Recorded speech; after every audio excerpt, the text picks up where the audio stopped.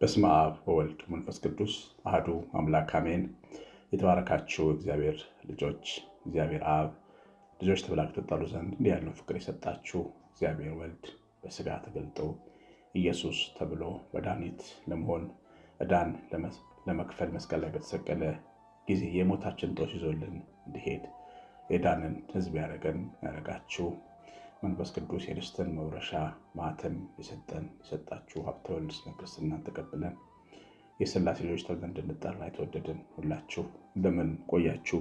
ሁሉን የሚችል አምላክ ጌታ ስሙ ለዘላለም የተወደደ የተመሰገነ ይሁን። ለገና 13 ቀን አካባቢ ለሚሆኑ ቀናት ኢየሩሳሌም ሄደን መንፈሳዊ ጉዞ ለማድረግ ተዘጋጅተናል። ቤተሰቦቻችሁን መላክ የምትፈልጉ ዕድለኛ ሰዎች እናንተ መሄድ የምትችሉ ካላችሁ የ9114138 ስልኬ ላይ ያሳውቁኝ። እየተማማርን እየዘመርን ቅዱሳት መካናትን ጌታ የተወለደበት የተሰቀለበትን አይተን ተባርከን ነፍሳችንን አፍስሰን እንመጣለን። እግዚአብሔር በጎ ፈቃድ ይሁን። እግዚአብሔር እናንተን ቤታችሁን ይባርክ።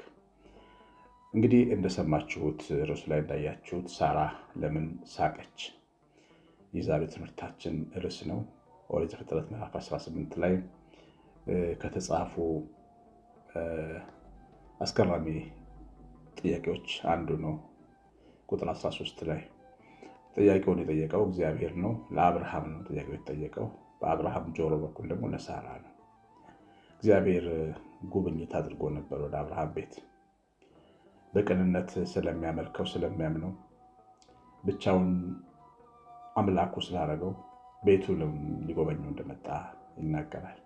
የእግዚአብሔር ወደ አብርሃም ድንኳን መምጣት ወደ ዓለም የአብርሃም ልጆች የአብርሃም ልጅ ኢየሱስ ክርስቶስ ወደፊት በስጋ አብርሃም የሚወልደው አዳኝ ኢየሱስ ወደ ዓለም መጥቶ ወደ ዓለም ድንኳን መጥቶ እኛን እንደሚጎበኘን ለማሳየት ወደ አብርሃም ቤት መጣ። እውነት ለመናገር እግዚአብሔርን የሚያክል ሰማይና ምድር የማይችሉትን ጌታ በዛፎች ስር ተቀበለው አብርሃም እና ያለውን ነገር በፍቅር አቀረበለት። በጣም የፈጠነ የቸኮለ እንጎቻ ከሚስቱ ከሳራ ጋር አዘጋጁ። ጥጃውን አረዱ፣ ጠበሱ። የሚጣፍጠውን መብሉን እርጎን ማዕዱን ሙሉ አደረጉት። ልባቸው ቅን ነው። እግዚአብሔር እንደሆነም አላወቁም ነበር። እግዚአብሔር ነበረ እንግዳቸው። ያው ሰዎችን ስንቀበል በእንግድነት ሰዎችን ስንረዳ የቸገሩ ሰዎችን ስንጎበኝ ማንን እንደምንቀበል አልናቅም። አንዳንዶች ሳያውቁ መላእክትን ተቀብለዋል ተብሎ የተጻፈላቸው እንለውጣሉ። አብርሃም ደግሞ የሰማዩን ጌታ እግዚአብሔርን በቤቱ ተቀብሎ አስተናግዷል። እንግዲህ እግዚአብሔር በቅን ሲያመልኩት እውነት ለመናገር ጠበቅ ግፍ ብሎ ሲያመልኩት ባርኮ ነው የሚሄደው፣ መርቆ ነው የሚሄደው። እንኳን እግዚአብሔር እኛ እንኳ ጥሩ የጋበዘንን ሰው እግዚአብሔር ይስጥህ እግዚአብሔር ይስጥልን ብለን መርቀን ነው የምንሄደው። የአምላክ ልጆች አይደለም። እኛ አባት ደግሞ እግዚአብሔር ባራኪ ነው። እንኳንም ጠብር ግፍ ብሎ ያገለገለውን ሰው አይደለም ምክንያት ፈልጎ የሚባርክ ነው እና አብርሃምን ሊባርከው ፈለገ። የአብርሃም ቤት እንዳያችሁት ሙሉ ነበረ።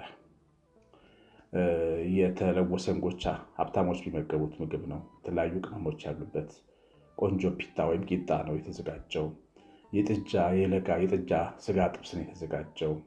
እርጎና ወተት አለ። እንግዲህ ሌሎችንም እኛ ማነቃቸውን ማዕድ አቅርቧል። ስለዚህ የአብርሃም ማዕድ ሰፊ ነው። ማዕድ ሰፊ ብቻ ግን ሰው ስለሆነ ተባረከ አይባልም። የእግዚአብሔር ባርኮት በሰው ልጅ ሕይወት ውስጥ ያስፈልጋል። ከማዕድ የበለጠ ከእንጀራ የበለጠ እግዚአብሔር ለቤታችን ያስፈልጋል። የእግዚአብሔር ስጦታውና የእግዚአብሔር በረከቱ ያስፈልጋል።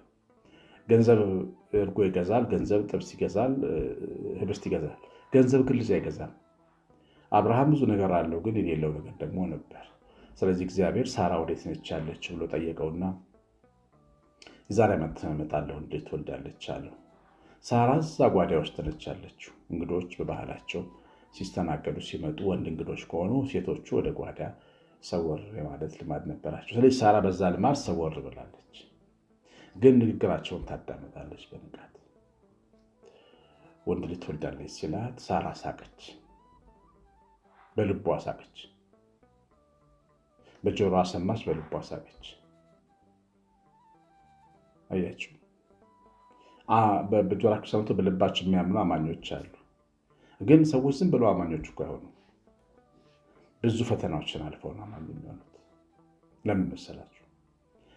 እግዚአብሔር የሚሆንልንን ነገር እና እኛ የማናስበው ከአቅማችን ከትከሻችን በላይ የሆነ ትልቅ ነገር እንደሚያደርግልን ሲነግረን ደግሞ ሌላ ተናጋሪ አጠገባችን ይቆማል። ይገርማቸዋል።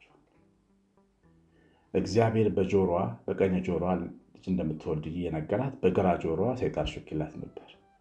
አንቺ እኮ አርጅተሻል ይላት ነበር። ባልሽ ፍቶት አይሆንለትም፣ ከአንቺ ጋር መተኛት አይችልም ይላታል። ብቻዋን መክነሻል ብሎ ብቻዋን ሳይሆን ከባሏም ጭምር ጋር ነው የገደላት። በጆሮዋ ሹክ ይላት ነበር። ያ ስለዚህ ሳራ የሰማችውን ድምፅ ነው ያንጸባረቀችው። ሳቀች። እውነትን እኮ ነው፣ ያረጀች ሴት እንዴት ትወዳለች አለች። ሁልጊዜ ከእግዚአብሔር ተስፋ አጠገብ አይሆንላችሁም የሚለን ተናጋሪ አጠገባችን ይቆማል። ብዙ ጊዜ ትናንትና በነበረን ትምህርት አብርሃም የተስፋውን ቃል ይዞ አመነ ብለን ተምረናል አይደል? ትናንት የነበረውን ትምህርት ሁላችሁም ለሰማችሁት ተስፋ አደርጋለሁ። ካልሰማችሁትም አዳምጡት። አብርሃም የተስፋውን ቃል ይዞ አመነ። የተስፋውን ቃል ይዞ ባያምን ኖሮ ሰይጣን ይጫወትበት ነበር። ሰይጣን ሰዎችን ማሳመን የሚችል ድንቅ ጥበብ አለው። የእሱን ውሸት በማሳመን እግዚአብሔርና ስራውን እንዲጠራጠሩ ማድረግ ይችላል። ሰይጣን እግዚአብሔር ከተፈጥሮ በላይ የሆነ ነገር ሲናገር፣ ሰይጣን ግን አመክንዮን ይናገራል። እግዚአብሔር ባህሩ ይከፈል በትሩን አንሳ ሲል ሰይጣን ለሙሴ በህሊናው በጆሮ በኩል በትር ውሃ ሊከፍላችን ሊለው ይችላል። ስላልሰማው ነው። ሙሴ እግዚአብሔርን ስለሰማ ነው ባህር የተከፈለው። ቢሰማ ኖሮ ሰይጣንን ውሃ አይከፈልም ነበር። መልአኩ ቅዱስ ገብርኤል መጥቶ ወንድ ልጅ ትወልዳለህ፣ ጸሎቶች ተሰምቶላል፣ አንተ ሚስት ኤልሳቤጥም ሲለው ካህኑ ዘካርያስ ሹክ የሚለውን ያኛውን ያዳመጠው ሸምግልሃል ያለው። ስለዚህ ሸምግያለሁ እንዴት ይሆንልኛል ብሎ ሁሉን የሚችል አምላክ እግዚአብሔርን ይከራከር ነበር።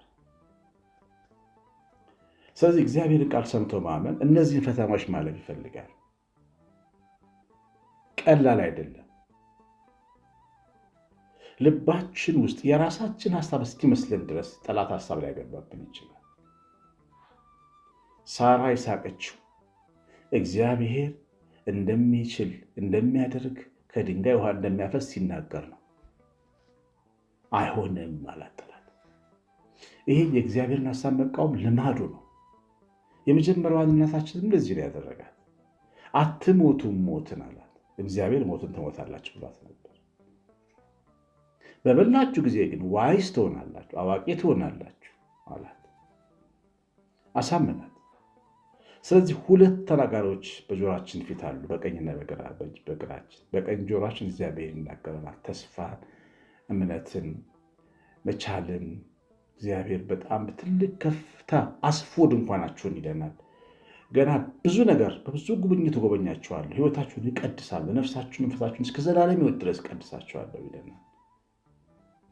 ያኛው ደግሞ በጆሮአችን ያኛው ጠላት ደግሞ አንተ ኃጢአተኛ ነህ፣ ቆሻሻ ነህ፣ አትደመጥም፣ ዋጋ የለህም፣ ተስፋ የለህም፣ አይሆንም፣ አርጅተሃል፣ ደክመሻል፣ አይሆንልሽም፣ ሞክረሻል፣ እንደዚህ ከላይ ተቃውሞሻል እያለ ሰዎች ድክም ነው ያደርጋል ማለት። የዲያብሎስን ሽንገላ መቃወም ካልቻሉ ክርስቲያኖች ይበላሉ። ሳራ ድንኳኗ ውስጥ ሆና ኧረ የዛሬው እንግዳ ያረጀች ሴት ወልዳለች ብሎ ነው የሚያስበው ብላ ስትስቅ ዝም ብላ አልሳቀች። እሷም በልቧ ማን ሀሳብ እንደሚያገባባት አላስተዋለች። በኋላ እግዚአብሔር ግን አልተዋትም። አብርሃም አጠገቡ ስለቆመ ለምን ሳቅሽ አላት። ኧረ እኔ አልሳኩም ብላ ካደች ይላል። ካደች ነው የሚለው። ሳቅሽ እንጂ እግዚአብሔር የሚሳው ነገር አለ አላት። አመነች። የሚሻለውን ቃል አመነች። ተናጋሪውን አመነች። ሳራ የእስራኤል እናት የሆነችው በዚህ ምክንያት ነው። ባታምንስ ኖሮ በቃ ያልወለደች አንዲት ሳራ የምትባል ሴት በታሪኳ የማናቃ ሴት ኖራ ትሞት ነበር። ግን ጠላት ከነገራት ይልቅ እግዚአብሔር የነገራትን አመነች። በእምነት ከባሏ ጋር ተስማማች። በማህፀኗ ሳቅ ተጸነሰ፣ ደስታ ተጸነሰ። የትውልድ ሁሉ ሳቅ ይወላችሁ። ይስሐቅ ሲጸነስ ኢየሱስም አንድ ላይ ኢየሱስ የመወለድ ተስፋው ተጸነሰ እንደገና በአብርሃም ልጆች ውስጥ።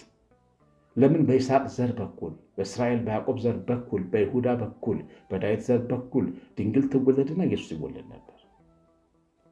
ለዓለም ሳቅና በረከት ደስታና ወንጌል የሆነው ክርስቶስ የሚወለድበት ዘር ተጸነሰ በማኅፀነ ሳራ ማለት ነው።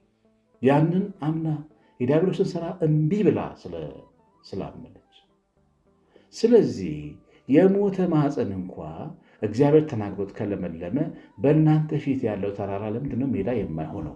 በእናንተ ፊት ያለ ችግር ለምንድነው የማይስተካከለው? በእኛ ፊት ያለ መከራ ውጣ ውረድ ለምንድነው የማይደለደለው? ለምንድነው እንደዛ የምታስቡት? ጠላታችንን ከመስማት መቆጠብ አለብን። እግዚአብሔር ሲናገረን የተሻለውን ተናጋሪ እያመንን መጽናት አለብን። እግዚአብሔር ልጆች፣ እግዚአብሔር የታመነ ነው፣ ተስፋን የሰጠ ይላል የዕብራውያን ጸሐፊ። የታመነ ሁሌ ይወጣል። እግዚአብሔር ሲናገር በኩል ለጠላት ይናገር ይሞክራል። በዚህ ብቻ እንዳይመስላችሁ። ለምሳሌ ለአስቆሮቱ ሰው ለይሁዳ ጌታ ተናግሮት ነበር። አሳልፎ የሚሰጠው ባይፈጠር ይሻለው ነበር። ጥብቅ ማስጠንቀቂያ የተናገረው ጌታ ከተናገራቸው አስፈሪ ቃላቶች አንዱ እሱ ነው። የሰው ልጅን የሚሸጥ የሚክድ ይወላችሁ ባይፈጠር ይሻለው ነበር ሲል በጆሮ ሰምቷል። በዚህኛው ጆሮ ግን ሰይጣን ምን ይለዋል? ይህ ሰውዬ እኮ ጠላት ተነስቶበታል። ኢየሱስ የሚባል ሰው ስኳው ተራ ሰው ነው። አሁን እኮ ብዙ አይቆይም፣ ከ2 ዓመት በላይ ካልና በላይ አይቆይም። እንደዚያ ባህዶ ከስረ እስከምትቀር ለምን ሸጠው ገንዘብ ቢያንስ ቦታ መግዣ ገንዘብ አይኖርህም ብሎ አታለለ። ከክርስቶስ ማስጠንቀቂያ ይልቅ የሰይጣንን ማባቢያ ተቀበለ። ይሁዳ ሰይጣን የሰጠውን መሬት ተቀበለበት እንጂ አልኖረበት። ሰይጣን እንዳታለለው በዛ ገንዘብ ታነቀ እንጂ በሕይወት አልቆመም። ሰይጣን ለሁሌ ለጥፋት ነው የሚናገር። ድሆች እንድንሆን፣ መካኖች እንድንሆን፣ ሳናገባ እንድንቀር፣ ተስፋ እንድንቆርጥ፣ ሳንቆርብ ሳንቀደስ ቆሸን አልፈን እንድንቀር፣ ተስፋ እንድንቆርጥ ነው የሚሰራው። እግዚአብሔር አረገዋለሁ፣ ቀድሳለሁ፣ ባርካለሁ፣ በእናንተ ሕይወት አልፋለሁ ሲለን የለም እናንተ እንዲህ ናቸው በልባችን ውስጥ የሚሰማንን የምንሰማ ሰዎች መጠንቀቅ አለብን። በውኑ እግዚአብሔር የሚሳነው ነገር አለ? ለምንድን ነው የምትስቁት? እናንተስ ለምንድን ነው እግዚአብሔር ይረዳችኋል ስትባሉ እውነት የማይመስላችሁ? ለምንድን ነው የምስቀው? እኔስ ከሳራ ልንማር ይገባናል። የሰማነውን በልቦናችን ጻፈ። እግዚአብሔር ቸርነት የእናታችን እመቤታችን ረድኤት በረከት የመላእክት ጥበቃ አብሮን ይሁን። መንፈስ ቅዱስ ሕይወታችሁን ይባርክ፣ ቤታችሁን፣ ልጆቻችሁን፣ ስራችሁን ይባርክ። በዚህ ትምህርት ታንጻችሁ እንደሆነ ተስፋ አለኝ። ኮሜንት አድርጉ፣ ላይክ አድርጋችሁ ውጡ። እግዚአብሔር እናንተን ዘራችሁን ይባርክ። ቀሲስ አሸናፊ ገብረማርያም ነኝ። ሰላም